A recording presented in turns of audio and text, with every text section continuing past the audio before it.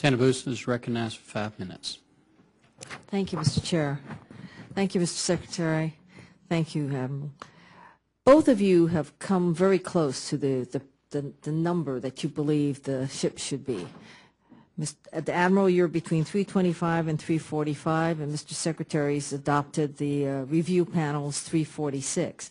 But what I don't know is what makes up the 325 to the 345, or what makes up the 346. In fact, the review panel has 11 aircraft carriers and 10 carrier air wings, 55 attack submarines, and 4 guided submarines, and the total of 346, and that kind of doesn't add up. So can you both tell me that as we sit here and we make these decisions, what should we be looking at in your 325 to 345 or in your 346? Is there some sort of criteria as we look at what we want to see the Navy of the future actually begin to look like? That's a very, very good question, because too often the commentary in the media focuses on those numbers as if somebody just came up with them and then we'll decide how we'll allocate them and where we'll use them.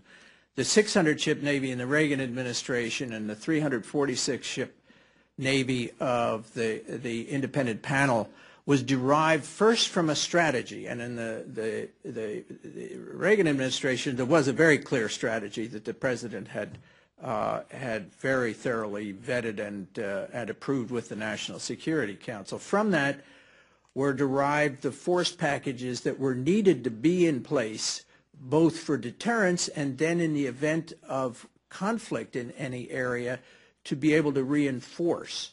And when you have a force package, you have to have submarines, you have to have air superiority, you have to have resupply ships, you have to have mine-sweeping capability, and of course you have to have submarines to keep the area clear of enemy submarines. And from that, you get force packages made up of those numbers of ships, and the sum total in the case of the Reagan strategy, given the areas we had to be in the world, came to 15 deployable battle groups, with 5 of them forward deployed all the time on a 1-in-3 cycle, and that came to 600.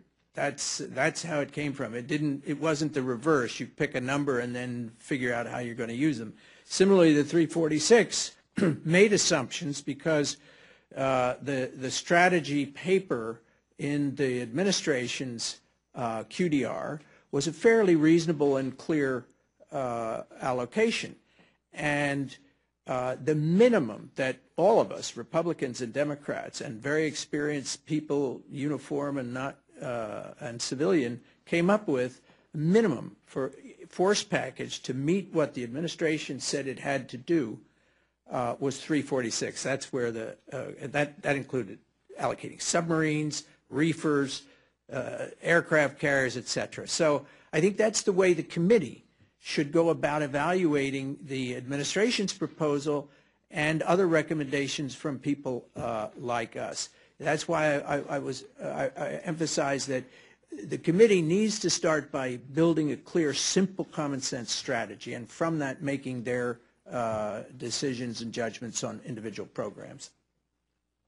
Thank you, Admiral. Yeah, if I could just add on to that, I think I have a band of numbers in mind, and I think that it's not just a question of where you want to be, but it's what the mix is, what the Secretary was referring to. And sometimes if you come down in one area, you might have to have a few more ships of a different type. But balance is very important.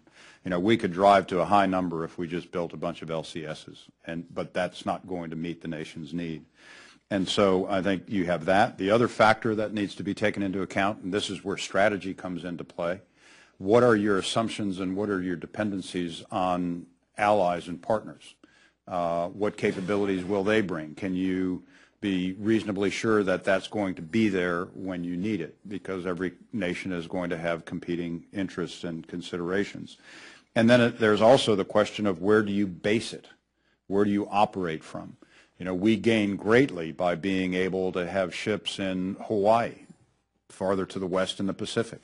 We gain greatly by the accommodations that are made to have forward deployed forces in Japan. We're recently moving some ships to Spain. So all of that goes into the mix, and that's why I avoid shooting at one particular number, because there are factors that can come into play. But this comes back to this idea of the committee's view and the committee's strategy, the committee's assumptions about what kind of a Navy does the nation need and how do you see it being used. Thank you very much, Mr. Chair.